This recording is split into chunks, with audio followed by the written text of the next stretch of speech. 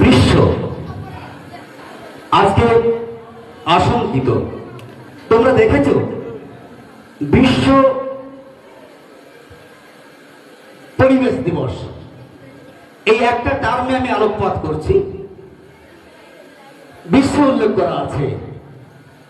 বুঝতে হবে তোমাদেরকে যে এই সমস্যাটা শুধুমাত্র আমাদের প্রান্তিক সুন্দরবনের নয়, আমাদের পশ্চিমবঙ্গের নয়, শুধুমাত্র আমাদের ভারতবর্ষের নয়, সারা বিশ্বের।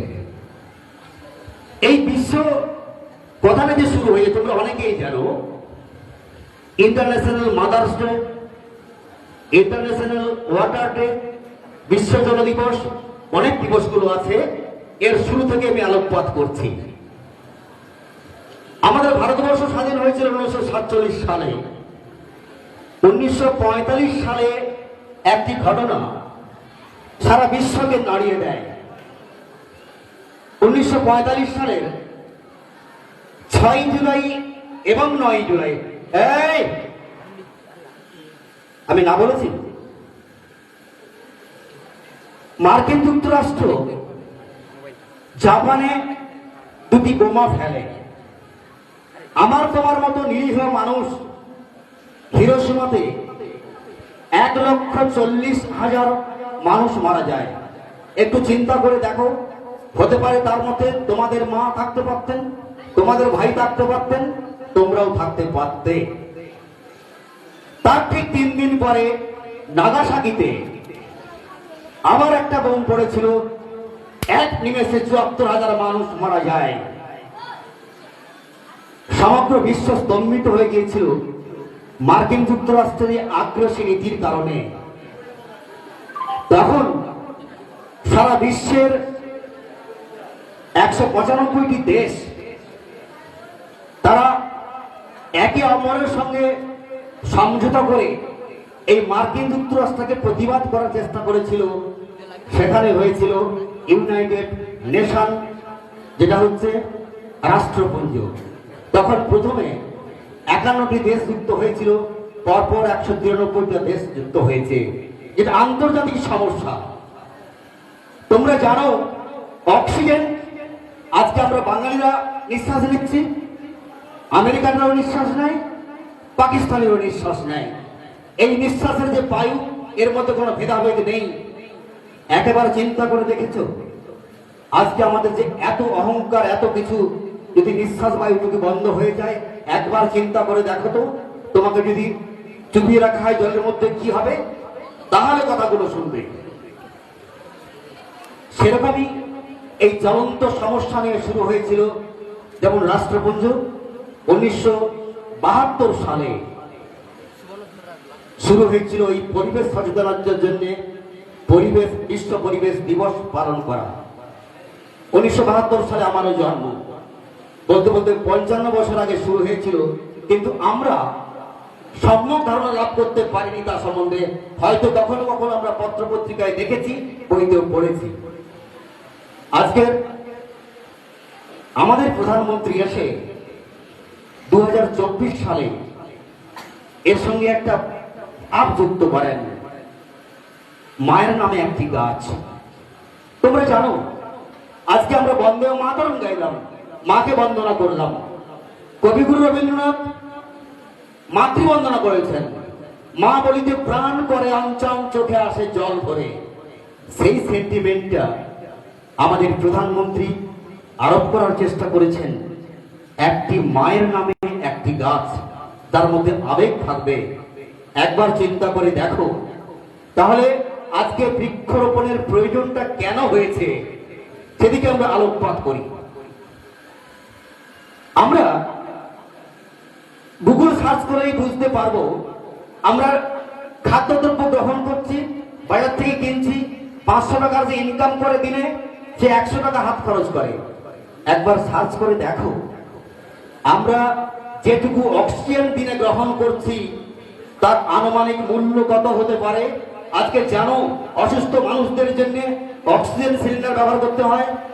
ভালো করে শোনো, আমরা সারাদিনে যে অক্সিজেন গ্রহণ করি, শিশু থেকে পূর্ণবয়স্ক মানুষের প্রতিদিন 5,000 থেকে 11,500 টাকা খরচ হয় যদি আমরা এই অক্সিজেনটা কিনতে চাই।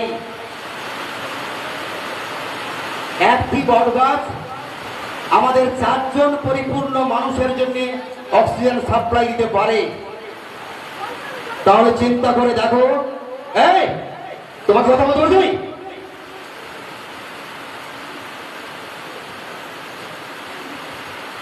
একটি বটগাছ আমাদের 4 জন মানুষের প্রাণবায়ু দেয়। অক্সিজেন যদি না পাই আমাদের কি অবস্থা হতে পারে। আজকে গ্লোবাল ওয়ার্মিং চলছে, তোমাদের মাস্টারমশাইরা বলে গ্লোবাল ওয়ার্মিং। আমরা টার্মটা শুধু লক্ষ্য করেছি বিশ্ব উষ্ণায়ন। তার ফলে কি হচ্ছে তোমরা কি জানো? যারা বড় হয়েছো, যারা 9, 10, 11, 12 পড়ছো, তোমরা একটু ভালো করে শোনো। বিশ্ব উষ্ণায়নের ফলে আমাদের পর্বতমালার বা পর্বত শৃঙ্গের উপরে যে বরফের স্তর জমে আছে তা জলে পরিণত হচ্ছে। স্ট্যাটিস্টিক্যাল রেকর্ড বলছে প্রতি বছর হিমালয় পর্বতের উপরে যে বরফ রয়েছে গড়ে 6 ফুট করে বরফ গলে জল হয়ে যাচ্ছে। তোমরা জানো, পড়েছো ভূগোলে, সারা পৃথিবীতে স্থলভাগ কত? 30%। জলভাগ কত? 70%। আর ওই 30% স্থলভাগের মধ্যে মাত্র তার 25 ভাগ পর্বত রয়েছে। তাই আমরা এখনো পর্যন্ত ডুবে মরে যাইনি। যদি অর্ধেক হতো তাহলে প্রতি বছর আমাদেরও 6 ফুট করে জলের তল বাড়ত। বিজ্ঞানীরা বলছেন হিমালয় পর্বতের মাথায় আর মাত্র 30 ফুট বরফ জমে আছে। তাহলে যদি এরকমই রেটে বরফ দ্রবীভূত হতে পারে থাকে, হচ্ছেই, এর কোনো প্রতিরোধ ক্ষমতা নেই, তাহলে মাত্র 6 বছরের মধ্যে বা 5 বছরের মধ্যে আমাদের পর্বতমালার মধ্যে উপরে কোনো বরফ থাকবে না। 11-এর ছেলেমেয়েরা পড়েছো, আজকে 10 বছর পরে দেখবে আমরা জলের তলায় থাকবো। আমরা যারা একটু ইনকাম করতে পারি, আমরা আমাদের অর্জিত পয়সা দিয়ে শহরে জায়গা কিনে রেখেছি, হঠাৎ প্লাবিত হলে আমরা চলে যাব। তোমাদের বাবা মা যারা খেটে খাওয়া মানুষ তারা কি করবেন এটা চিন্তা করো। আমাদের পয়সা থাকে আমরা পার্বত্য অঞ্চলে জায়গা কিনে রাখবো, এদিকে আমরা থোড়াই কেয়ার করি। তাহলে চিন্তা করে দেখো বিশ্ব উষ্ণায়নের ফলে সাধারণ প্রান্তিক মানুষদের অবস্থা কোথায় যাচ্ছে। তোমাদের তো প্রশ্ন হতে পারে, স্যার হিমালয়তে যেমন বরফ গলছে, বরফ তো জমা হচ্ছে না।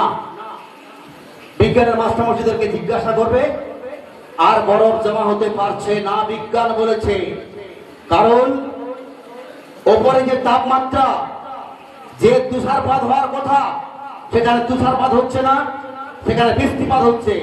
পাহাড়ের উপরে ফলে বৃষ্টিপাতের ফলে বরফ থেকে লিনতাপ সংগ্রহ করার ফলে সেই বরফটা তরল হয়ে যাচ্ছে।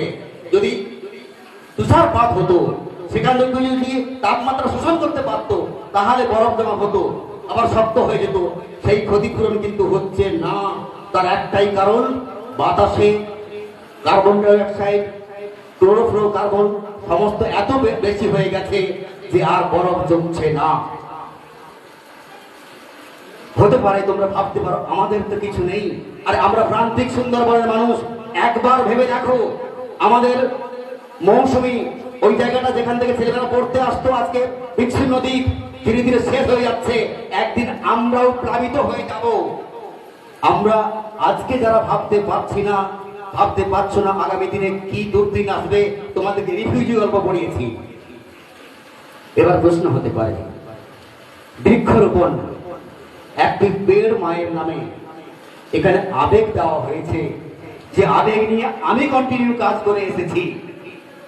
আজকে আমার পরিচিত মেয়েরা, তোমরা জানো, অমৃতা জানো, শুভশ্রী জানো, 2023 সালে আমার জয়ন্ত মেয়েটা মারা যাওয়ার পরে আমি কি করলাম, তোমাদেরকে নিয়ে একটি গাছ লাগিয়ে দিলাম, যাতে তোমরা ওই গাছটিকে দেখভাল করো। বকুল গাছ লাগানো আছে এখনো পর্যন্ত। আমিও বুঝেছিলাম সেন্টিমেন্ট, এই মেয়েরাই একে জল দেবে, কারণ তাদের মতো একটি বোন মারা গেছে জয়ন্ত, আপনারা ভুল করবেন স্যার, ওটা আমার একটা কুকুর ছিল, পালিত কুকুর, পয়লা বৈশাখের দিন মারা গেছে।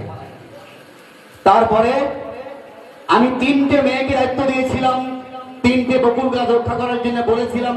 যখন আমার 10 বছর চাকরি বাকি আছে 22 সালে, এই 3টে গাছ তোরা লক্ষ্য করিস, এই 3টে গাছ আমার কথা বলবে। 3টে বকুল গাছ এখন হয়ে আছে, অমৃতা, জয়শ্রী এবং অন্বেষা। এই সেন্টিমেন্ট আমি বুঝেছিলাম। আমার 2টো ছেলে লাগিয়েছিল, সৌম্যদীপ সে গাছটা কোথাও ফুটে গেছে। আমার 2জন ম্যাডামকে লাগাতে দিয়েছিলাম, কুসুম ম্যাডাম এবং আমার সাথী ম্যাডাম, বোধহয় গাছগুলো নেই। আমরা জানি এই সেন্টিমেন্ট কতটা গভীরে কাজ করে। আজকে আমি তো বলেছিলাম 1972 সাল থেকে এই প্রকল্প চলছে, অনেক প্রধানমন্ত্রী এসেছেন গেছেন। আজকে তোমরা বলো তো, আমাদের পশ্চিমবঙ্গের পুরুলিয়ার দুখু মাঝি, তাকে রাষ্ট্রপতি পুরস্কার দেওয়া হয়েছে কারণ তিনি একজন আদিবাসী মানুষ। তিনি মানুষকে দেখিয়েছেন বৃক্ষরোপণের প্রয়োজনীয়তা। কর্ণাটকের 2জন মহিলা, আদিবাসী মহিলা, থিমিক্কা সম্ভবত নাম, 107 বছর বয়স, তিনি 20টি বট গাছ লাগিয়েছেন। 2021 সালে তাকে রাষ্ট্রপতি পুরস্কার দেওয়া হয়েছে। আর তুলসী গৌড়া একই রকম ভাবে 1 লক্ষ চারা গাছ লাগিয়েছেন, রাষ্ট্রপতি পুরস্কার দেওয়া হয়েছে। বিগত দিনে রাষ্ট্রপতি কাদের পুরস্কার দিতেন? সিনেমা আর্টিস্ট, বিখ্যাত খেলোয়াড়। একজনে কি ভেবেছিলেন পৃথিবী যদি না বাঁচে কোনো সিনেমা আর্টিস্ট থাকবে না, পৃথিবী যদি না বাঁচে কোনো খেলোয়াড় থাকবে না? পৃথিবীকে বাঁচানোর জন্য কোন স্টেপ নেওয়া হয়েছিল? আজকে যদি বিশ্বকে আলোক দেখাতে পারে দুখু মাঝির মতো পুরুলিয়ার একজন মানুষ, যদি থিমিক্কার মতো 109 বছরের একজন মহিলা যদি 400টি বট গাছ লাগিয়ে পৃথিবীকে আকর্ষণ করতে পারে, তাহলে আমাদের প্রধানমন্ত্রী কি ঠিক করেছেন যে তিনি 27 সালের 31শে মার্চ পর্যন্ত 1 কোটি 1 লক্ষ চারা গাছ লাগাবেন। তাদেরকে দিয়ে, ছাত্রদেরকে দিয়ে, ভারতবর্ষের ছাত্রদেরকে দিয়ে। 2026 সালে 5ম থেকে কলেজ পর্যন্ত মোট ছাত্র সংখ্যা কত? 24 কোটি ছাত্র সংখ্যা। তাহলে কি আমাদের 24 জন করে একটা ছাত্র একটা গাছকে আমরা বাঁচিয়ে রাখতে পারবো না? এটাই হচ্ছে আমাদের লক্ষ্য। ছাত্রছাত্রীবৃন্দ, যে মহাযজ্ঞে আমরা উপনীত হয়েছি, তোমরা ভাববে না এটা প্রধানমন্ত্রীর জন্য, ভাববে না মুখ্যমন্ত্রীর জন্য। আমরা যারা প্রান্তিক সুন্দরবনের মানুষ, আমাদের জীবন একেবারে হাতের মুঠোয়, যে কোনো সময় আমরা তৈরি যেতে পারি। আজকে যে হিসাব করে আমরা বললাম, আমরা যেটুকু অক্সিজেন নিচ্ছি, একজন মানুষ, একজন পরিপূর্ণ মানুষ, তার বাজার মূল্য 2026 সালে 11,000 টাকা। কখনো কি চিন্তা করতে পেরেছি? এই জিনিসটি কৃত্রিম ভাবে তৈরি করা যায় না। তোমরা চিন্তা করবে, যদি এমনও হয় আমরা কৃষিকাজ বন্ধ করে দিলাম, প্রচুর ধনী হয়ে গেলাম, আমরা ব্যবসা বন্ধ করে, ধরে নাও একজন মানুষ লটারি পেয়েছে, 1,00,000 টাকা পেয়ে গেছে, সে বললো আমি কৃষিকাজ করবো না। একজন দোকানদার বলছে আমি দোকান করবো না, একজন মুদি দোকানদার বলছে করবো না। তার পৃথিবীতে সবার কাছে একদিন টাকার পাহাড় থাকবে, কিন্তু অক্সিজেন নেওয়ার মতো অক্সিজেন থাকবে না। এই অক্সিজেন এখনো তৈরি করার মতো কৃত্রিম জিনিস আসেনি। তাহলে চিন্তা করো, একমাত্র উদ্ভিদ, একমাত্র গাছ পারে আমাদেরকে সেই অক্সিজেন সাপ্লাই দিতে। একবার তোমরা নিঃশ্বাস বন্ধ করে দেখবে, 1 মিনিট নিঃশ্বাস বন্ধ করে দেখবে, তোমাদের কি চিৎকার করে বলতে পারে একটু বাতাস, একটু বাতাস। যে বাতাসটি দিতে পারে একমাত্র গাছ, একটা বৃক্ষ। ইতিহাস বলছে একটি বট গাছ 4 জন মানুষের অক্সিজেন দিচ্ছে। আজকে যে অক্সিজেন না থাকার কারণে দেশের এই অবস্থা। ছাত্রছাত্রীবৃন্দ, আমরা প্রত্যেকে একদিন চলে যাব। আমরা যারা মঞ্চে আছি, আমরা বয়স্ক, চলে যাবো এই পৃথিবী থেকে। কিন্তু যে বার্তাটা তোমাদের মধ্যে দেওয়া, যে বৃক্ষকে যত্ন করতে হবে, যশস্বী প্রধানমন্ত্রী যে আবেগটা দিয়েছেন, আমি সেই আবেগের কথা বলছি। যে আবেগ তাদের বাবা মাকে বৃদ্ধাশ্রমে পাঠায় না, মায়ের যত্ন নেয়, যাদের চোখে মা বলিতে চোখে জল চলে আসে, সেই আবেগ থেকে দিয়ে তোমরা বৃক্ষরোপণ করো। প্রতিদিন মনে করো তোমার মায়ের সেবা করছো, তাহলে সমস্ত পৃথিবী পল্টে যাবে। আজকে এটা আন্তর্জাতিক সমস্যা, আমাদের স্থানীয় সমস্যা নয়। যে নজির গ্রহণ করেছে আজকে দুখুমিয়া, যে নজির গ্রহণ করেছে ফিরিক্কা খারাস, যাদের অন্ন বস্ত্র বাসস্থান নেই, পৃথিবীকে বাঁচানোর জন্য তারা গাছ লাগিয়ে গেছে, কেউ 400, কেউ 1 লাখ, কেউ 1 কোটি। আমরা কি 24 জন ছেলে মিলে একটি গাছকে রক্ষা করতে পারি না?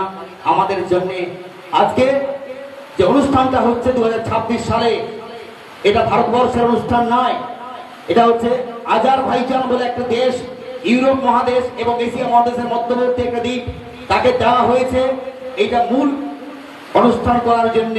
যেখানে হচ্ছে তার থিমটা হচ্ছে আলাদা, climate for your climate for your life. সেটাকে আমাদের যশস্বী মুখ্যমন্ত্রী এবং প্রধানমন্ত্রী করেছেন for the sake of your mother, তোমার মায়ের জন্য গাছটাকে রক্ষা করো, তোমাদের জন্য বাঁচো। আশা করি আমি তোমাদের কাছে কিছুটা হলেও বার্তা দিতে পেরেছি। For the sake of you, for the sake of your future, তোমার পরিবেশের জন্য, তোমার ক্লাইমেটের জন্য, তোমার জীবনের জন্য গাছটা লাগানো কতটা জরুরি।